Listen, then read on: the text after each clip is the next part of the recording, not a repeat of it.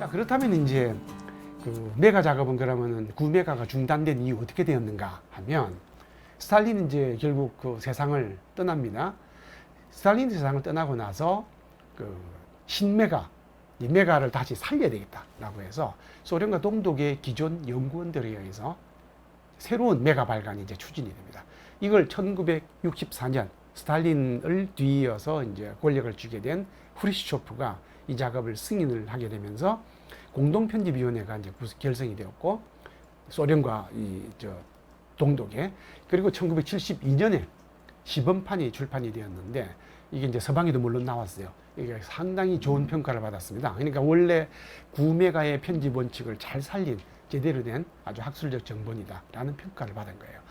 요 새로운 메가, 요거를 우리가 신메가 또는 메가2, 메가2라고 이제 부르게 되는데 요 두 번째 신메가는 그 일부의 편집 원칙과 계획을 거의 그대로 이어받아서 전부 4부로 편성이 되었고 이제 분량이 대폭 늘어나게 됩니다. 전부 163권, 전부 172책으로 이제 계획이 되었습니다.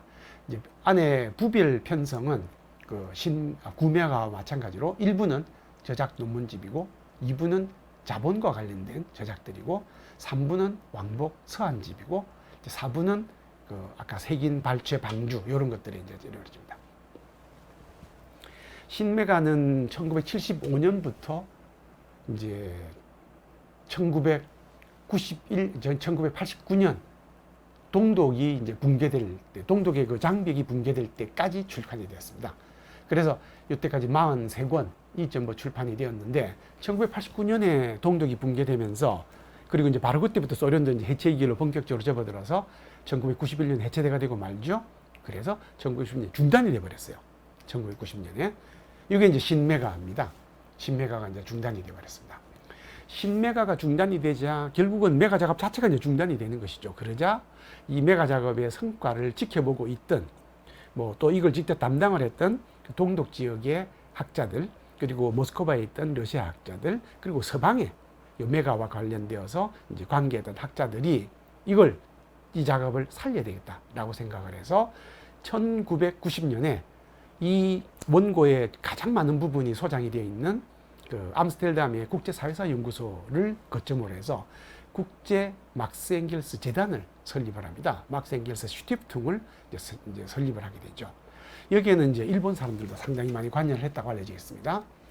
이 국제 막스 엥겔스 재단이 일본 정부의 출연, 독일 정부의 출연을 받아가지고 이제 설립이 된 다음에 이게 1992년에 액상프로방스, 이제 프랑스의 남부지방에 있죠.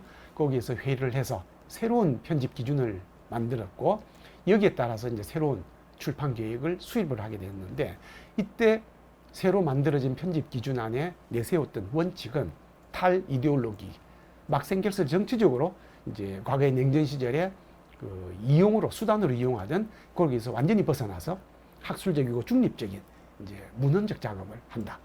탈정치화, 그 다음에 학술화 이런 것들을 이제 내세웠습니다. 그래서 학술적 정본으로서의 메가를 이제 새롭게 다시 출판한다라는 것을 내세우고 전부 114권으로 그리고 122책으로 축소했습니다.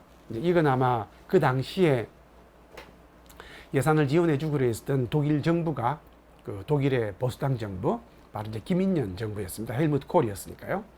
그래서 아마 그쪽하고 이제 정치적인 협상 과정에서 충분한 예산을 받을 수가 없어서 어쩔 수 없이 줄이고 해서 이제 114권으로 이제 축소를 했고 2019년 말 현재까지는 이 가운데에 전부 68권이 출간이 되었습니다. 책으로는 76책, 76권 이제 책이 이제 출판이 되어 있는 상태입니다.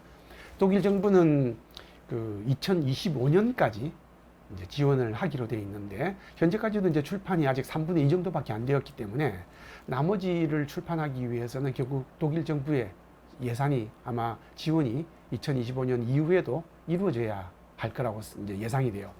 그래서 그 독일 정부는 중간중간에 지금 중간 평가를 계속해서 해 나가면서 이 작업을 계속 지원할 것인지 여부를 이제 그때그때 판단을 하고 있는데 아직까지는 계속해서 지원을 한다라는 원칙이 이루어지고 있고 그래서 메가 작업은 지금도 베를린 브란덴부르크 이제 과학 아카데미에서 여전히 이게 진행이 되고 있는 상태입니다.